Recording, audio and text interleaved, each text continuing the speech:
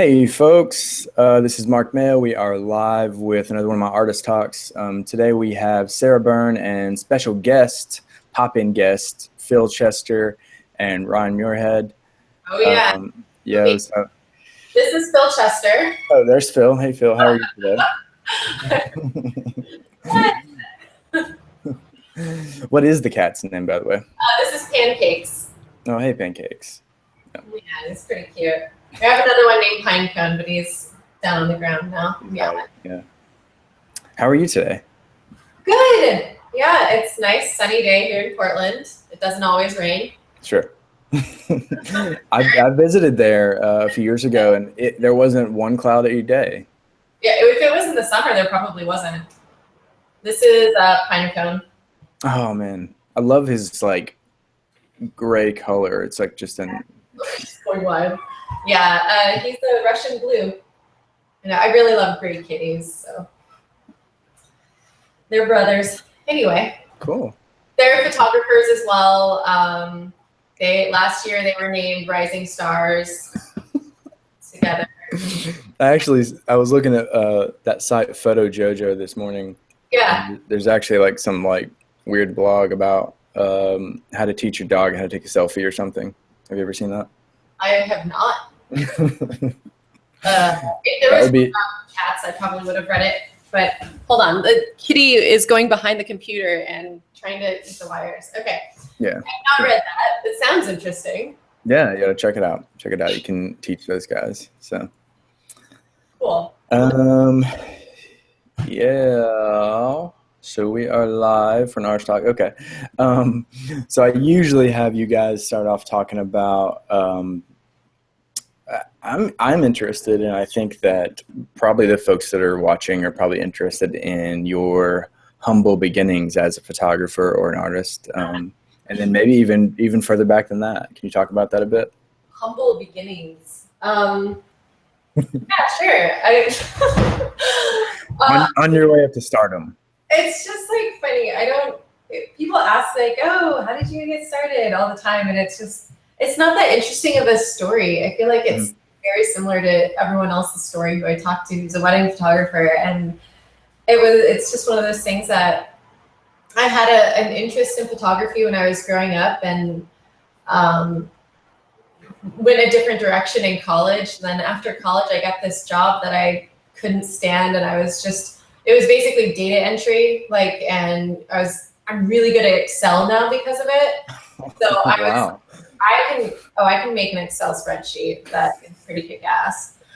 So I spent a lot of time making Excel spreadsheets and PowerPoints, and then I felt like I was just completely losing all of my sense of creativity and sense of I don't know who I was. And so I was like, oh my gosh, I need something to do. So photography was this thing that I kind of went back to and was like, I'm just gonna do this so that I can stay sane. And of course, that's not what happened. I started just obsessing over it and shooting every single day. And eventually someone asked me to shoot their wedding and I said yes, and just kind of rolled from there. Yeah. How long ago was all this? My first wedding was 6 years ago. 6 years ago. Cool. Yeah. Cool. And how many have you done since then? Oh my God, I've lost count. It's somewhere over 100. Yeah. Do you have any funny stories from that first wedding or first few weddings that you'd be willing to share? Oh man. Embarrassing stories, really embarrassing. Really embarrassing.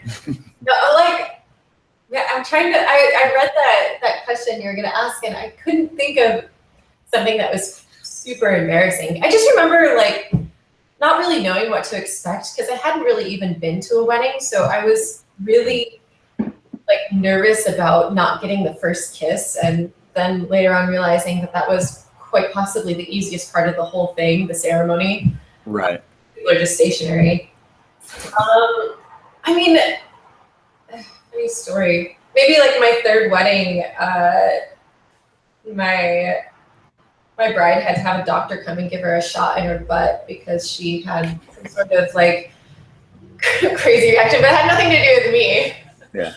But I thought it was kind kind of an intense thing to do at her reception. What? Yeah, I think I heard you say in an interview a while back that when you began shooting, you would go out every day and you would just go out in your yard and just like shoot like random things like every day.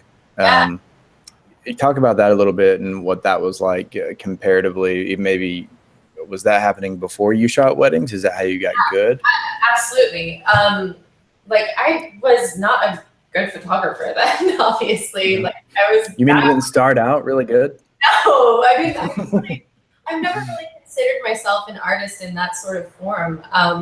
Like when I was younger, I wanted to be an actress, and so I really loved being on the stage and performing. But I could never like do physical art, like making something or creating something. So when I started photography, I wasn't very good, but I had like a real pure interest in it. So I would shoot anyone that would let me. I mean, I would go to coffee shops and just shoot in there, or any restaurant and just shoot whatever they were doing. And it really, those first couple of years or even first couple months, if you're shooting a lot, you progress so fast. And it's, I mean, I miss that time because you make such big strides in your photography back then.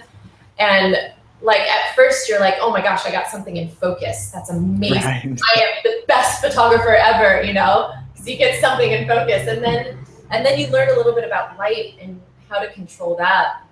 And then you learn like different instruments to use, like different lenses, and you get a little bit better, and you learn about composition and how to make things like pleasing in an image. And that's making all those strides and figuring things out is so fulfilling. And so like the first 2 years when you're shooting just every single day, or like as much as you can, you learn, I mean, you make big strides and you learn so much about who you are as a photographer and the direction that you want to go.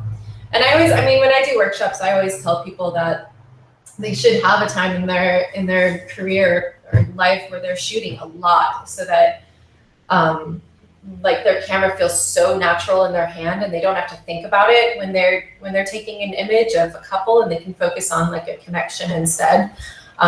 This should feel like so natural. Right. For sure.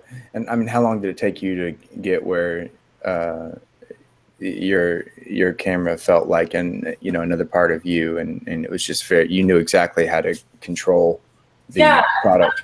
Like until I felt so comfortable. Maybe 3 years, like maybe two to three, somewhere in there, until I felt like I didn't think about it anymore. Yeah. So I recently started doing. It reminded me of when I first started photography recently. I recently started doing pottery on the wheel. So like making bowls and cups and all this stuff. And I've never done it before. And I started back in maybe March, and had no idea what I was doing, and just like messing everything up for the first couple times. And then like suddenly like something was formed and I made something, and that was so exciting. And like looking back on it, it's so bad.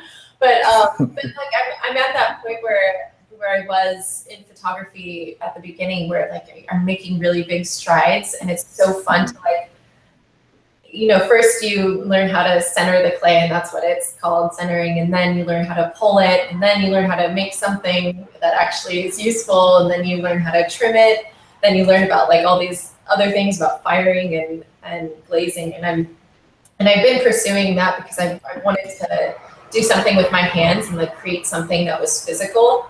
But that's been really fulfilling and so nice to do, because it reminds me a lot about that time. Yeah. So you like that process, huh? Yeah, I really do. Like getting better at something and learning. Do you find that the folks that like are coming to you for education, do you feel the same way generally, or is that something that's unique and special? That they're going through? Wait, what do you mean? Do you think that love for the process of learning, understanding that time spent is something that's valuable? Do you think that people understand that, or are we just generally looking for like a preset?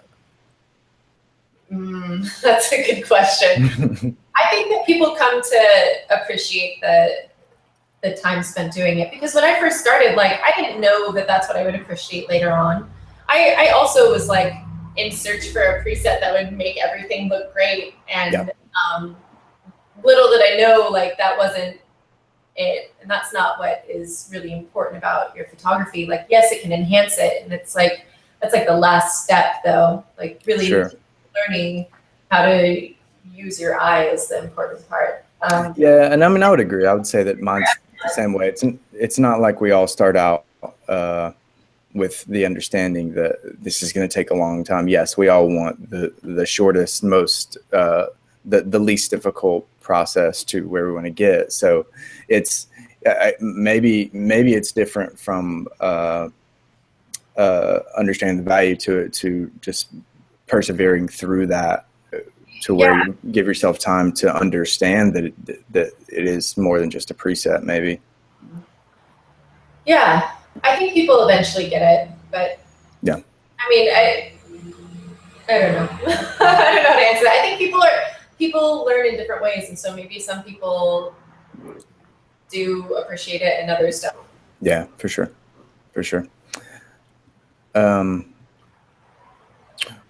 What do you think your biggest challenge was when you started out 6+ years ago shooting, transitioning into wedding photography? What was your biggest challenge, you think, and how did you overcome that? Probably that I didn't know what I was doing.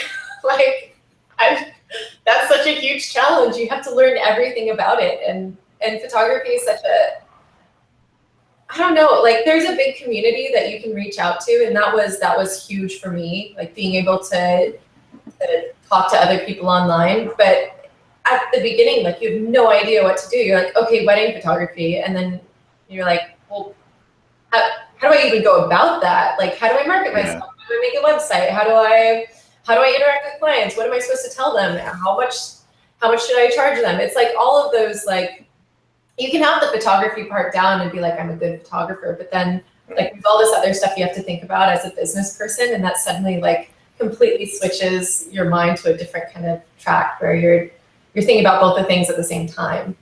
So. Sure. Yeah, I mean, that takes time, because I think, you know, a lot of folks tend to start out as it being a business, and then you have this kind of smaller group of folks that start out, they're just to make art, and they're like, oh wait, I could possibly make money making my art, you know. And it's interesting to see those two groups of photographers creating similar products, you know, just approaching it very differently and going through very, very different psyches and mindsets over time, you know. Yeah. Well, I mean, everyone's going to have their own path to it. So yeah, no one can, like, you can't watch a video and learn about how someone went through their process, because it's their own life and they have all this backstory about how they came to be this person. And you're never going to be able to recreate that. Let me see. You got a question for me? I'm starting to let people ask me questions. What was that? I said, do you have a question for me? I do not. Okay. Should I? I don't know. No. I didn't ask you to. Whenever I've just started to randomly be like, hey, ask me a question. But yeah. Oh, it looks like our special guests are joining us. From the sea. The high sea. We capsized. Yep. Oh, a holiday! Oh my god.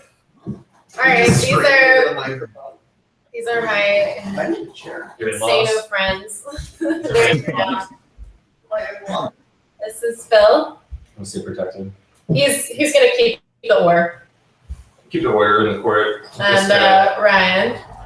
We had a photographer sleepover last night where Ryan stayed the night and Sean and Melanie stayed the night. It was cute. It was really cute. Is that Sean Flanagan? Is that right? Yeah. Cool. Very cool. They had to leave early though, so I actually fun. I may have even emailed him about doing one of these. I don't remember. Oh, I just wanted to all surprise you. That'd be crazy. For you. Well, if you only have one hand and you need to light matches, you just do this. Whoa! Oh, you did it. Watch, I can do it too. That also that was the biggest thing we learned early on in the game, was how to do that. Phil, you were in the Army, weren't you? To the best of my ability. Well, I was trying to come up with my bio because I'm being featured in Design a Glow, and I think that weren't you in Design a Glow or something? I was. Yeah, and I was reading your bio, and I was like, oh, he's in the Army too, because I was in the Marine Corps. It's way cooler than what I did. What's that? Marines are cooler in the military scheme of hardcoreness. Yeah, well, I was talking with my colleagues this morning about that exact thing, and I was like, well, yeah, that's true, and that's why some people make the mistake of joining the Marine Corps rather than based off, badassness and the product of the commercialism of, how they market each branch, and choosing it for a job rather than the emotional feeling that the commercials make you feel, Like, are you hopping out of a helicopter and running across like a dirt field of tanks? Right, exactly, and it looks so glorious. But I think some people can be a photographer in the military, can't they? You can. There's a huge. I looked into it when I was signing up, but there was like a 2-year wait for that job. There's like one person that gets that. Right, I'm sure. Yeah, and I think that's the Army too, right? What's that? The photographer MOS, isn't that just the Army or something? Yeah. Oh, I might be. It's like like photojournalist or it's just Army photographer. It's super stupid though. You just go shoot ceremonies. Like wedding ceremonies? Yeah, it's not like a work. Super stupid. Shots of girls presented an award. You shoot 4 weddings? Yeah. Oh, I didn't know this. It's really cool. I'm learning a lot. See? Yeah, See? we all are. Perfect baby over here. Gross. How long ago was that, Phil, that you were in? I got out in 2009. Say it again? I got out in 2009. Oh, okay. So Okay. a while ago. Thank you. Yeah, I got out in 2006. So. Oh, how long were you in? 4 years. Oh, that was me. I am 32 years old. I will be 32 years old eventually. If you survive. Yeah. In like 1 month. Yeah, next month. Mm-hmm. Oh wow. We're the same. You guys are the same, We're the see? same. Yeah. Well, I turned 33 on Halloween, so. You're not We'll be the same for a month.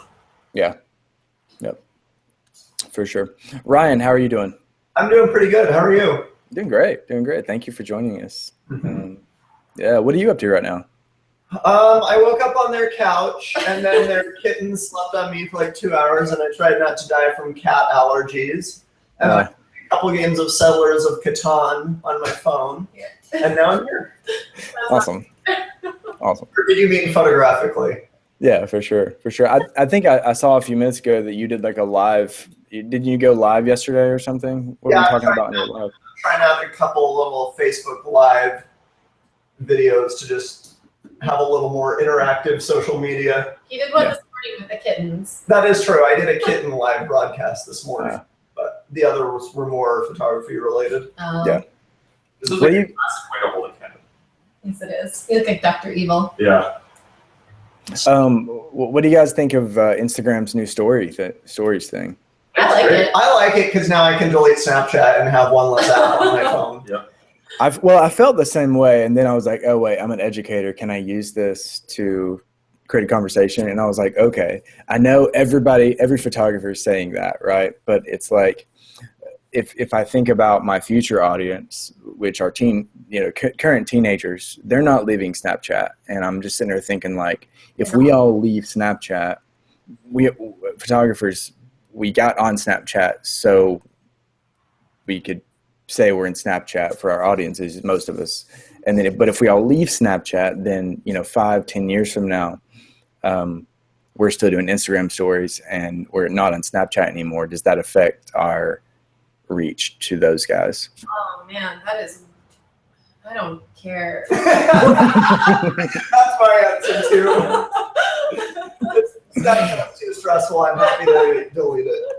I feel the same way though, just because of like my max views ends up being like sometimes it's like 10 or 20 or 30. And my first like story on Instagram was like hundreds of views. Yeah, it's way different. Yeah, for sure. Reach for sure. That settles it. Instagram wins. See? Yeah, for sure. Scream into the microphone and cat voice. Oh, you guys working on any cool projects right now? Wedding season. Weddings? Yeah, wedding season. Yep. That pretty much takes up all project time. And then, weddings and travel and pottery. Yes. Where is it? Where is it? Where's it? There's not just like one. Okay, go grab my cup so we can show everyone how good I am. Yeah. Well, this may be the beginning of your Etsy store right now. So. See? It's so good. It's so good. This is just one of the most recent ones that I made. It's just like coffee cup. He does not look incredible. Yeah, I know. I don't think you understand No. how hard it is to pull clay on a wheel. Anyone who's ever I don't at all. tell you. Although I've seen Ghost though. So I've seen Ghost. All right, you've seen this. That's Yeah. I haven't seen Ghost. You've never seen it? No, I know people always like reference it anytime I bring that up though. They're like, Yeah. Like, okay, Patrick Swayze, right? Oh yeah. Oh. Yeah. Oh. I did not get that reference. I thought you just transitioned into something like I've seen ghosts. So way to turn the conversation. Oh man. Did you? No, it's great. It's great. I appreciate it. I did a talk the other night with Twyla Jones, and she had a friend pop in. Oh, cool. Good. Oh man, I thought it was so original. Nope. Do you know Twyla? Have you done like a workshop with her or something? No. Twilight? James. She's from Florida. I do not know her. Maybe I will know her. I don't know. Yeah. I think she's doing. Looks like films workshop or something in New York. I think. Yeah, I'm not doing that one. I will be. I think I'll be at way up north during that time. Hmm. Doing something. What's y'all's opinions on the workshop thing in our little subculture? It's, I mean, y'all are teaching in it, so you're kind of like the small percentage of that. So, I mean, what's your opinion on that? And is that going to hang out and stay around for a while? You think? Well, I have no idea. I don't know. I mean, probably. I think in some form. I think it's like it used. I don't even know. Like, it's changed to be like a bunch of different conferences, and there's just so much. There's so many different ways to go see the same people talk over and over. Why wouldn't somebody just buy like an online course? Like, why are Because like you don't get to hang out with someone, and like I think a lot of it is just like going to a conference is awesome because you can.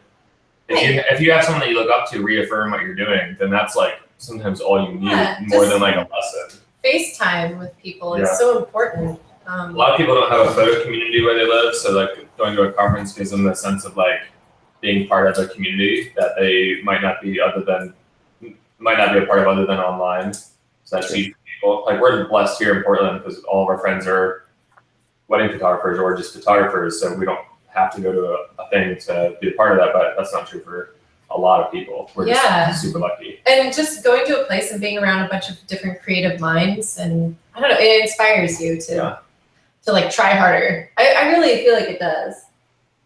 For sure. So it'll probably be around for as long as people are still like wanting to get into wedding photography. There'll still be conferences. Yeah. And more of them in different places. Where do y'all think photography in general is kind of going in the next 5 to 10 years? It's changed so dramatically recently. Where do y'all think it's going? Man, who knows? It's been like, when I first started, it was all about like barns, and then it became all about like being in the most epic wild nature, and now it's kind of going, I mean, it still is a little bit that, and then but also like bringing in this like complete opposite intimacy, like those are cool. Yeah, so it's like I don't know, it's probably going in that direction for a little bit, and then it'll go somewhere else. I have no idea. Yeah, hard to tell. It's got to be ready to change when the seasons change. Where do you think it's going? Do you have like thoughts on that? Yeah, I mean, I think that I haven't engaged in the photography communities until the past couple of years. So it's difficult for me to know where it's really fully come from, because I just kind of like taught myself in the beginning. I was like, oh, I like this, and I'm like, oh, there's other people that like it as much as me. Okay, cool. And now I see that. And so within, 2 to 3 years, I've seen such a dramatic change with, 2 to 3 years ago, it was all the mirrorless cameras were coming out, and it was all this huge buzz with, photography changing because of it, and everything's going to change. But it seemed like once that happened, a lot of people wanted to be photographers, and the gap between equipment and them to make art shrunk really quickly, especially with, I think, the iPhone and all that stuff too getting better. And it's been interesting to see droves of people come to this form. And as an educator, I've been teaching digital media in some way, shape, or form for over 6 years now, and that's been kind of cool, because the things that I teach have to change, and what people know change automatically too. Like my son who's 6 years old can use my X100 here. I think that's really interesting to me. I mean, I use that in professional shoots.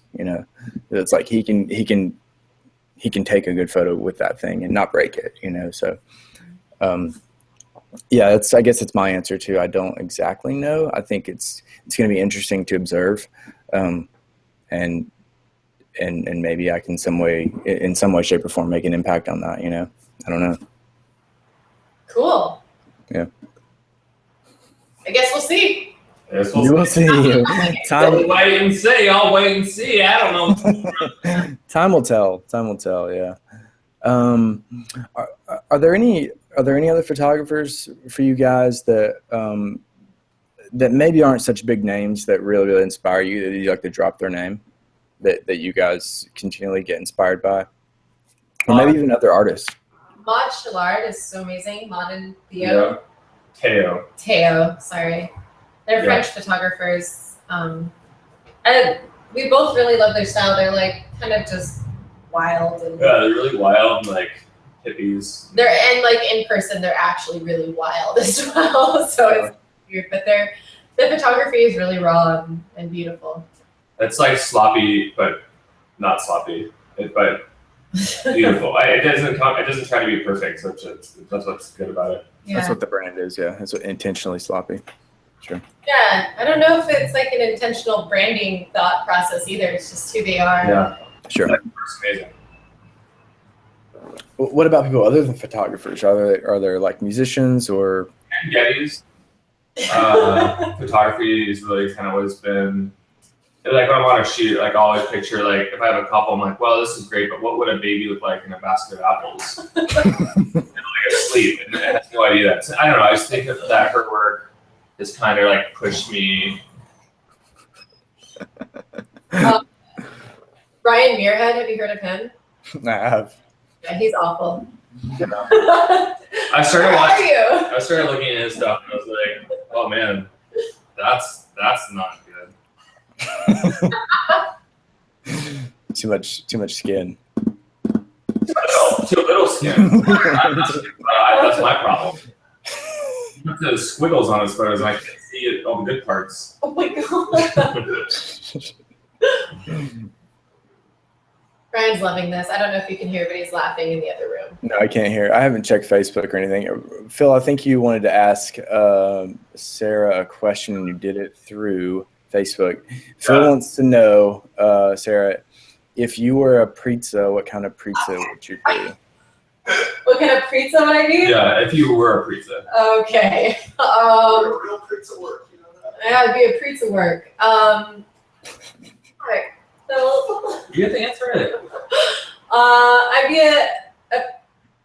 a macaroni pizza. Okay, you said it.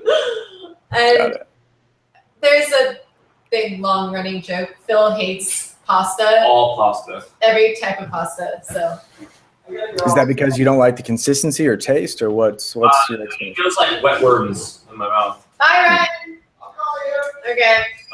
Yeah, I've never liked it. Like from preschool to I've tried it every year, and I hate all forms of noodles.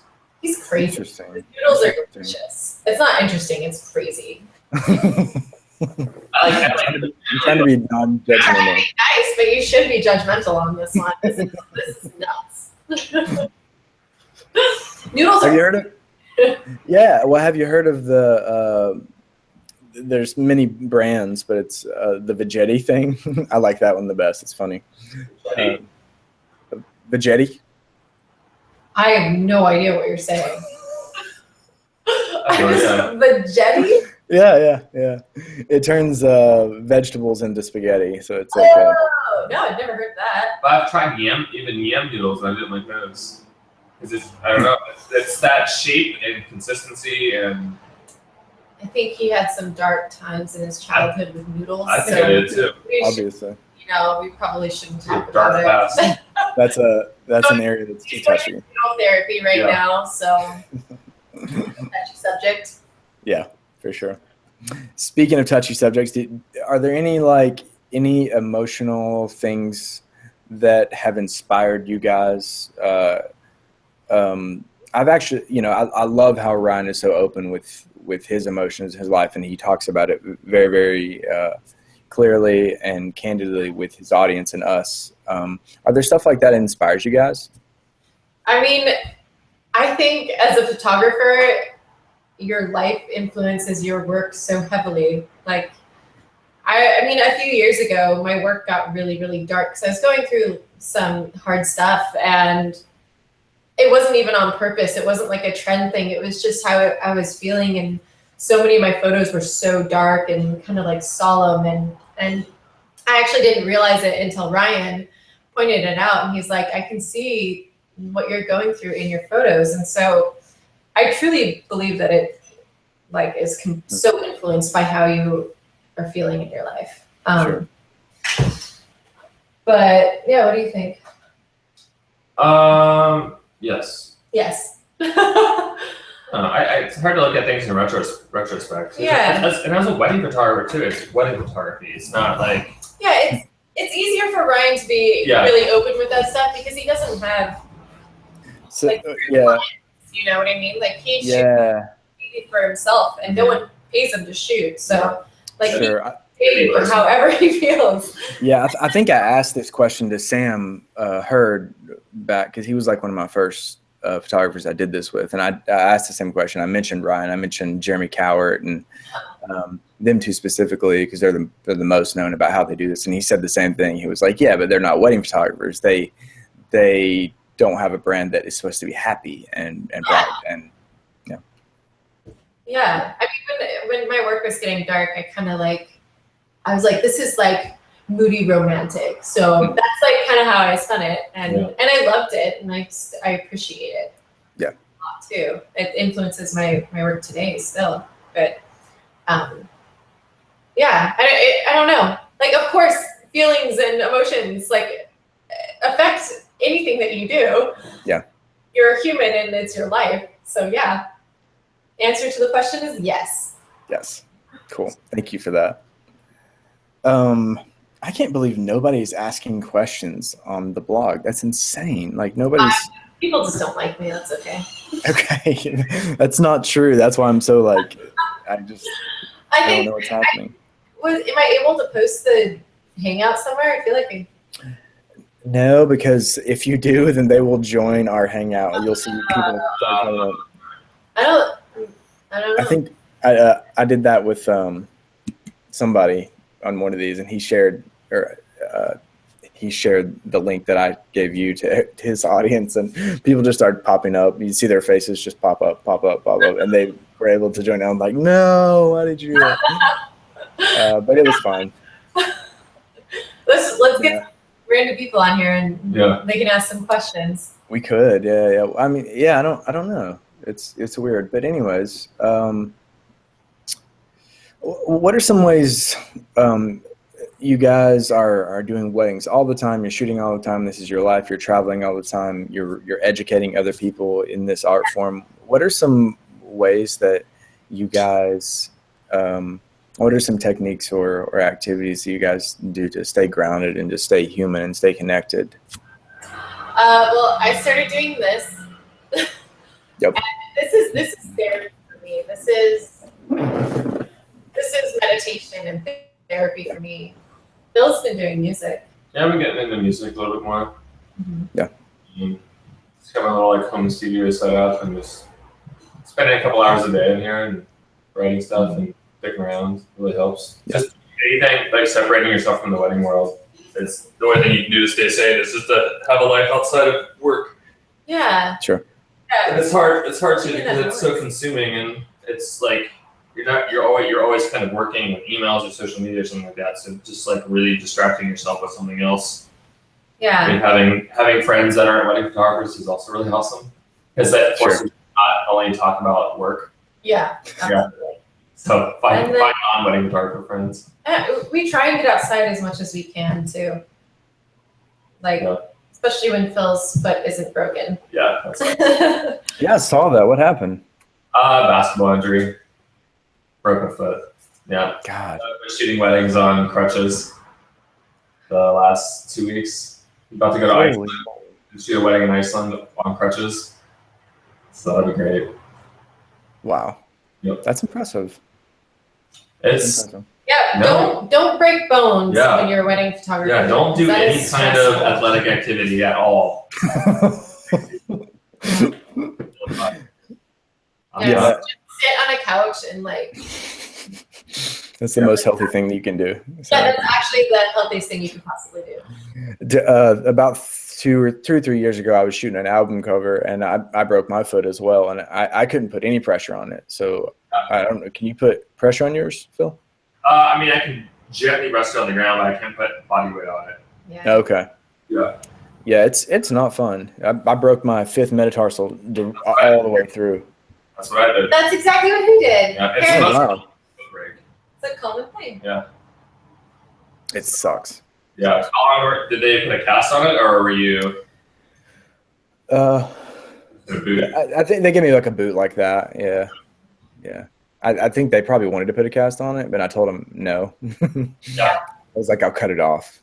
You know, I was being really dramatic. I was like, you put this under, I'm going to cut it off. Immediately. Yeah. What? And also we have kitties, and this keeps us a little bit more crazy. For sure, I think a lot of people do this. Yeah. The animals thing is a nice grounding. Hi. We're crazy. Sorry. Cray. So talk about your double exposure work, Sarah, has influenced me specifically pretty dramatically, and I think a lot of other people it has. It seems like you pioneered a certain style of it, at least the style that I like to shoot. And can you talk about that? Sure. I don't really know what to say. Yeah, so that was something that I did that was sort of a personal project that I did 3 years ago, I think. Mm-hmm. And It was really born out of, I just discovered this feature on my camera, and I accidentally took a really decent one, and at a wedding, because I was sitting in an area waiting with the bride to go down the aisle, and she had to wait there for like 20 minutes. So I was like, I shot a couple portraits and I couldn't do much more. So I was like, maybe I'll try this new feature out, because the Mark III had just came out. And like, I didn't even know like you could use live view to do it or anything. It just kind of, and I was like, oh, that's kind of cool. So then after that happened, I spent a couple weeks like reverse engineering it and like trying to figure out how to do it like in a correct way. And there wasn't really any tutorials on how to do it online. So I was like, I guess I'll make one. Yeah. And that was really good. Yeah, that seemed to work out pretty well for you. Yeah, it definitely made its rounds on the photography interweb. Yeah. But it's really cool, because I've had him featured in a lot of different magazines, and I've had hotels commission work for it, and a lot of different like musicians contact me to do ones for them. So it's been really cool. It's awesome. Yeah. Your YouTube video taught me how to do my stuff, actually. And initially, it's the thing that I kind of still use your basics whenever I shoot mine as well. So, cool. So thank you for that. Yeah. What? Influence them. Yes. For sure. Yeah, because I don't know. I'm someone who just if I'm not just pushing what I'm currently doing to some new realm, like I just kind of I can get bored really easily. And I don't know what it was that I stumbled upon with that, but it was similar. I went out and did what you showed, and I was like, oh wow, like I kind of got one that was decent. I was like, okay, I can go with this 300 more times, and it'll be good, you know. It's really fun. It is. I did one bad one. Some people don't care about them, yeah, but I mean, you know, they like looking at them. But yeah, I think the process is intriguing, and it's not intuitive, I don't think, on the 5D. Even though, like, yeah, you're, you know, I learned initially from your video with the live view, so that was like, oh, this is what you do, and then I started showing that to other people, and they're like, oh my god, you know. I can't believe that does that, you know, like, yeah, I mean, like, you didn't know this, you've had this camera since day one, you know. And well, I mean, there's a lot of features that people just don't know about. And I really do like one specific kind of double exposure, and there's so many different ways to play with it. Mm-hmm. It's a cool thing. I'd like to pick it up as a project again, because I just haven't really revisited it in a while, and unless I've been commissioned to do something. So I'd like to like mess with it again. Yeah. Take it.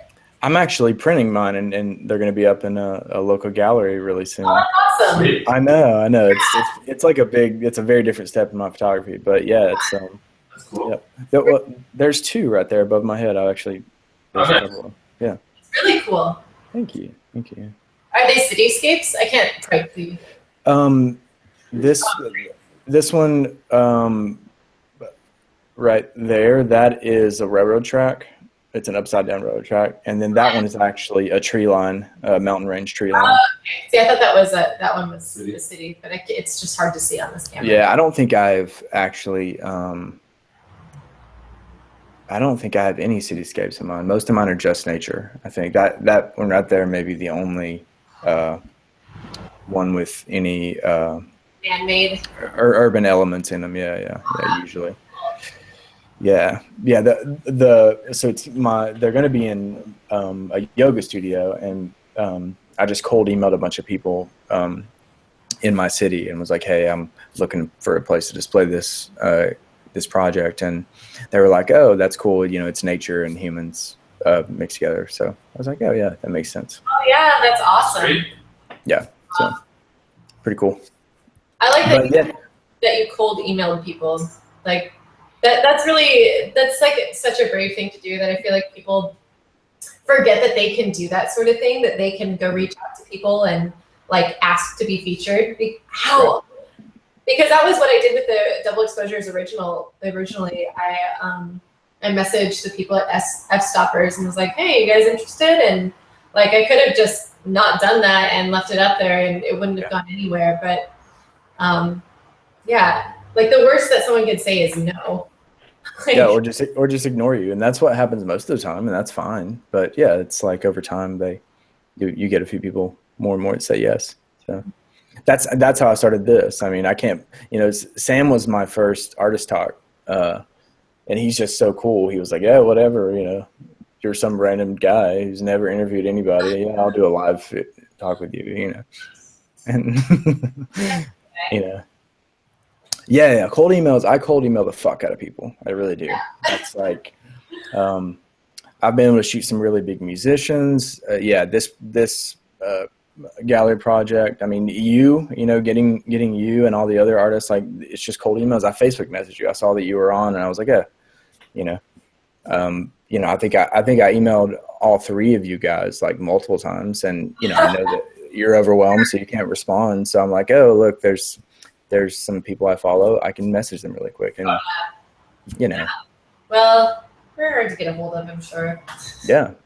But we got you here, and that's the thing. It's being persistent. I think that's that one thing. Cold emails have really changed my whole business. I think over the past couple years. It's not being afraid to reach out. Mm-hmm. I think that's like a really good lesson for people to take away. Like confidence and not being afraid and persistence. Yeah. Yeah. I mean, we're all so self-conscious, and we are afraid, in some way, shape, or form. We all have lots of fear, and it's well, I mean, photography is so personal.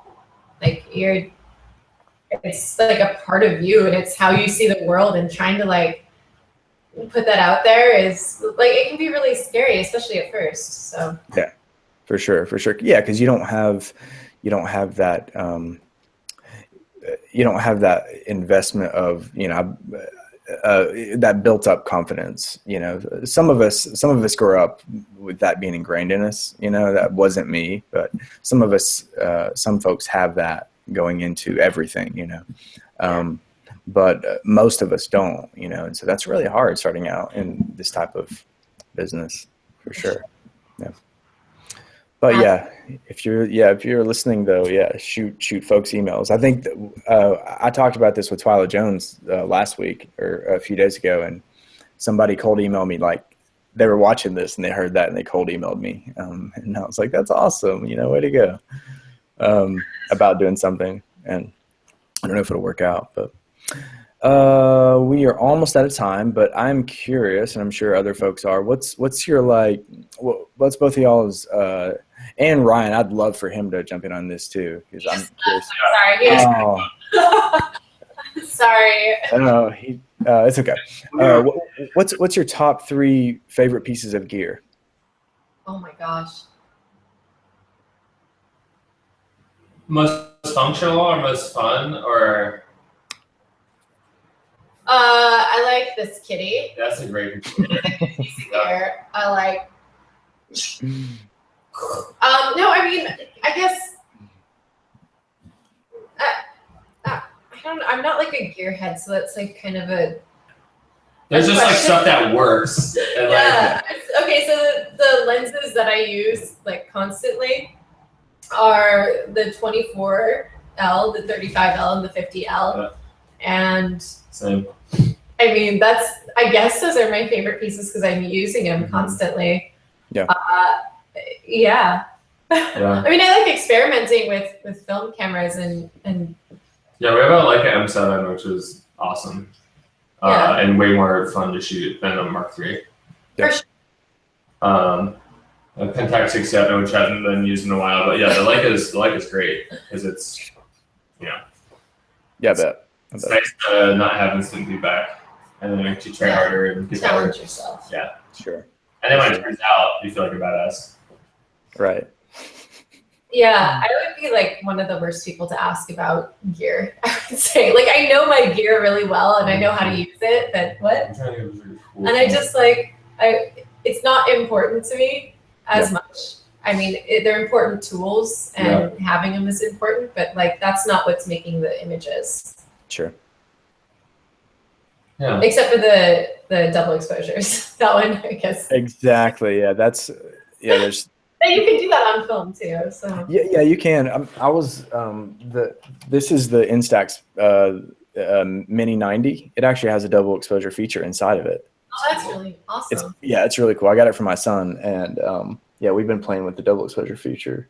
That's awesome. Yeah, it's really cool. Really cool. You can actually, I mean, it's all very similar. It's only additive, of course, which is all I do in anyways. But it's amazing. What do most people say when you ask them about gear? What's that? What do most people say when you ask them about gear? They're like similar. I mean, it's same stuff. The lenses and bodies, and we end up talking about the mirrorless movement a little bit. Have you guys tried mirrorless? Yeah, I've tried. Like, I know those.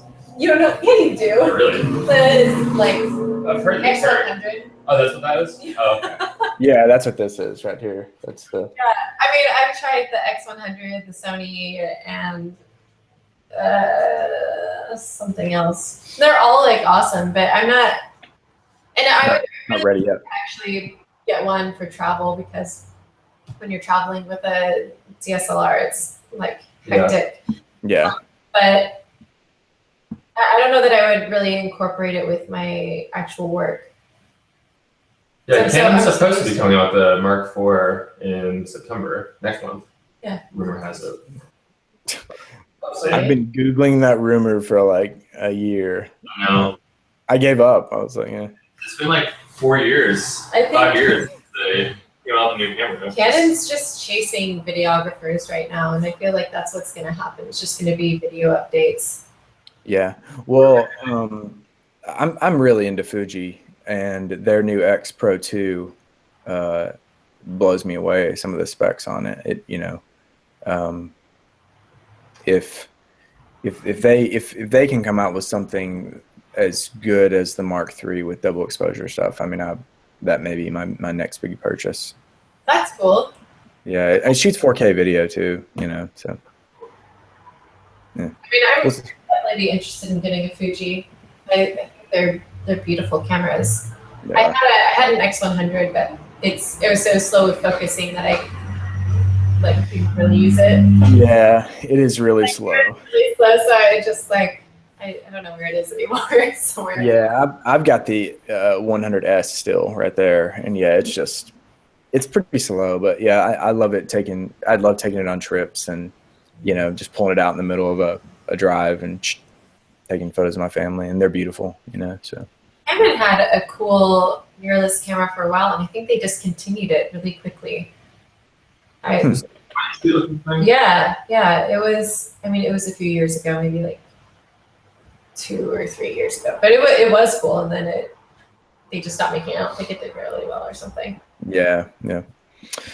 Cool. Well, I think we are out of time. Sarah and Phil and Ryan, who's not there, thank you guys so much. Yeah. I really, really appreciate the contributions that you guys give the photography community. I mean, just incredible. I really, really just appreciate it. Me individually, but I know that all the other folks out there are just so thankful for y'all, and also just the positive vibes you bring to this culture and this community is wonderful. So. Well, thank you. That was the sweetest thing to end on. Yeah. You're great too. Yeah, everything you're doing is great. You're great too, Mark. Thank you. Thank you. Don't let anyone tell you otherwise, all right? They do. You kick their ass and you send them to me. I will do that. Awesome. You guys enjoyed the rest of your evening in Portland, and if you're watching, you can go to my blog and you can follow Sarah. Instagram, Facebook, and web, I think, are the links I have right under this video. Please follow her and connect with her. Say that you watched her and Phil and Ryan, and ask her some more questions if there's something else you want to know. Okay. And thank you guys so much. Have a wonderful day. Peace. Thank you.